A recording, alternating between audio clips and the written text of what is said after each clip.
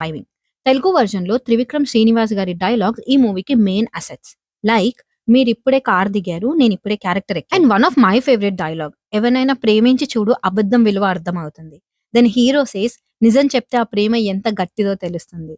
And greatest battles are with the closest people లాంటి depth ఉన్న dialogues and punch timing perfect గా set అయ్యాయి ఈ మూవీకి. And I feel Trivikram cinema hit అయినా ఫ్లాప్ అయినా ఆ మూవీ డైలాగ్స్ మాత్రం మూవీకి డెఫినెట్ గా హైలైట్ అవుతాయి. బాలీవుడ్ లో త్రివిక్రమ్ శ్రీనివాస్ గారు లేరు కాబట్టి అఫ్ కోర్స్ హిందీలో డైలాగ్స్ చాలా రొటీన్ గా అండ్ నార్మల్ కమర్షియల్ సినిమా లాగా ఉన్నాయి.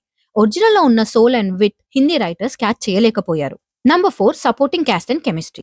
అలా వైకుంఠపురంలో మురళీ శర్మ గారు, తబ్బు, జయరామ్, సచిన్ కెదేకర్ ప్రతి ఒక్కరు మూవీ క్యారెక్టర్స్ కి పర్ఫెక్ట్ గా ఫిట్ అయ్యారు. మెయిన్ గా మురళీ శర్మ గారు అండ్ అల్లు అర్జున్ మధ్యలో ఉన్న కెమిస్ట్రీ ఆ ఫాదర్ అండ్ సన్ ఫిక్షన్ సినిమాకి బ్యాక్ బోన్ లాంటిది.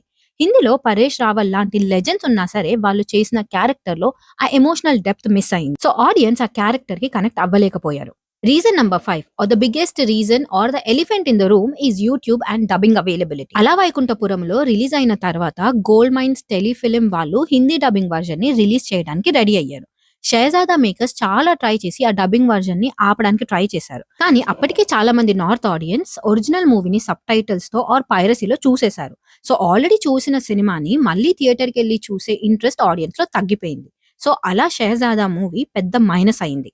ఓవరాల్ గా చెప్పాలంటే అలా వైకుంఠపురంలో ఒక మ్యాజిక్. ఆ మ్యాజిక్ ని కాపీ కొట్టడం చాలా కష్టం.